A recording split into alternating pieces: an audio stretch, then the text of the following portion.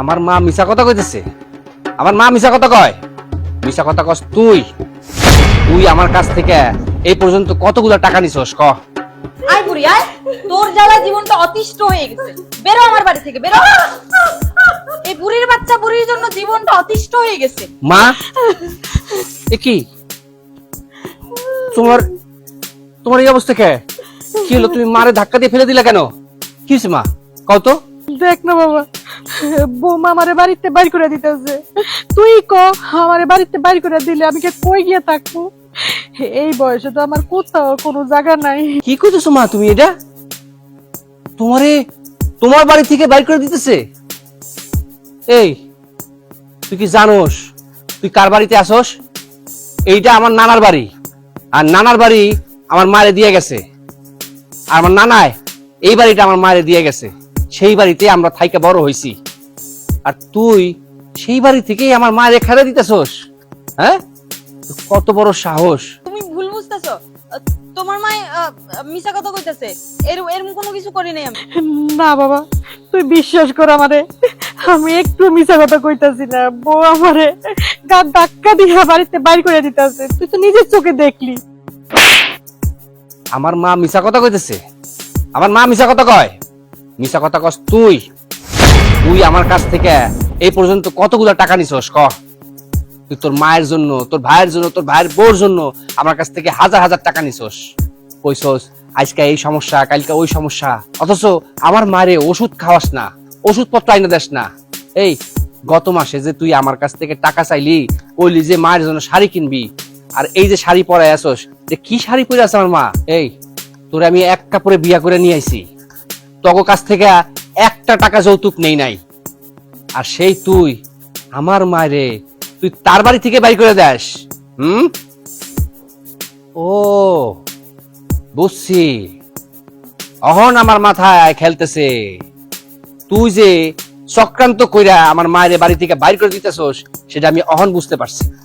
তুই এর আগেও আমারে কয়েকবার বলার চেষ্টা করছস যাতে আমি মায়েরে অন্য জায়গায় রাখি। তোর মা আর তোর ভাই আর ভাইয়ের বউরে আমি যেন আমার বাড়িতে নিয়ে আসি। তুই অনেকবার বলছস, কিন্তু আমি আমলে দেই নাই। আজকে আমি বুঝতেছি তুই এই আচরণ আমার মার লগে কেন করছস। তুই চাস না আমার মা এই বাড়িতে থাকুক, তাই না? মায়েরে খেলা দিতে পারলে পথের কাটা দূর হয়ে যায়, আর সেই জন্যই তুই আজকে এই কাজটা করছস। আজকে যদি আমি সময় মতো না আসতাম, তাহলে তো আমি আমার মায়ের দেখতামই না। তুই কইতি মা চলে গেছে গা, মারে খুঁজে পাওয়া যাচ্ছে না, তাই না? শোন, আমি যে রকম করে তোর এক কাপড়ে এই বাড়িতে নিয়ে আইছি, তুই অহন এই মুহূর্তে এই এক কাপড়ে আমার বাড়ি থেকে বাইর হয়ে যাবে। তোর মতন অসভ্য মাইয়ার লাগে আমি সংসার করব না। যে মাইয়া তার মায়ের বসি মায়েরে বাড়ি থেকে বাইর করে দেয়, তাড়াইয়া দেয়, খাইতে দেয় না, ওষুধ কিনে দেয় না, সেই মাইয়ার লগে সংসার আমি করুম? কি ভাবছস? হ্যাঁ, বাইর বাড়ি থেকে। ওগো ওগো, আমারে তুমি মাফ করে দাও, আমি কই যাবো? আমি আর এই ভুল করবো না। ছাড়, তরে বাপ করমু? তুই যে জঘন্য অপরাধ করছস, সেই অপরাধের কোনো ক্ষমা নাই। তোরে তো আসলে পুলিশে দেওয়া উচিত ছিল। তুই একটা নারী হইয়া কি করে পারলি আর একটা নারীকে বাড়ি থেকে বাড়ি করে দিতে? যার পোলারটা তুই খাস, যার পোলার লগে তুই সংসার করস, আর যেই মানুষটার বাড়িতে তুই আসস, সেই মানুষটারেই বাড়ি থেকে তুই তাড়া দিতেছস। তুই তো লোভী, তুই কারো লগে সংসার করতে পারবি না।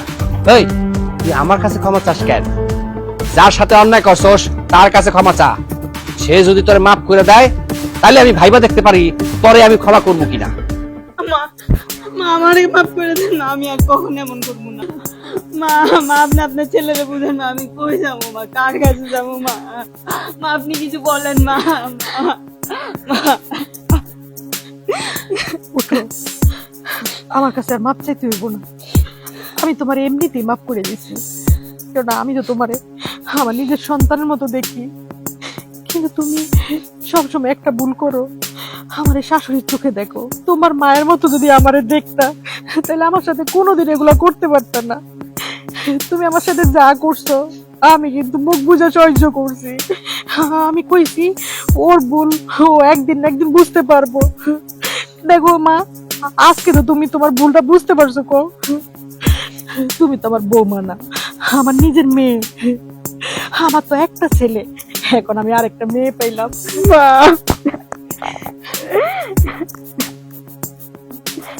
আমারে ক্ষমা করে দিয়েন মা, আমি ক্ষমার অযোগ্য মা।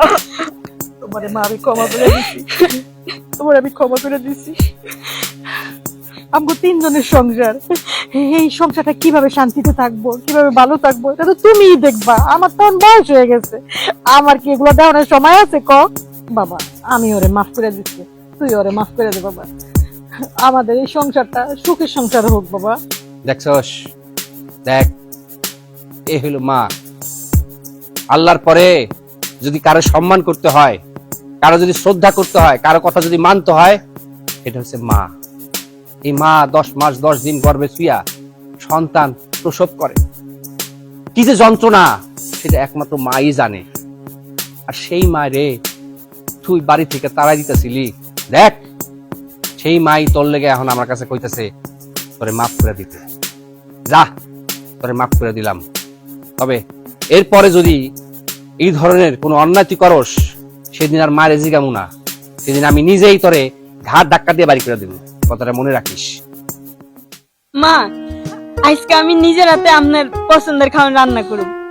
তুমি মারে নিয়ে ঘরে যাও, আমি আজকে মায়ের পছন্দের খাবার রান্না করব। চলো মা। মা আহেন, ঘরে আহেন।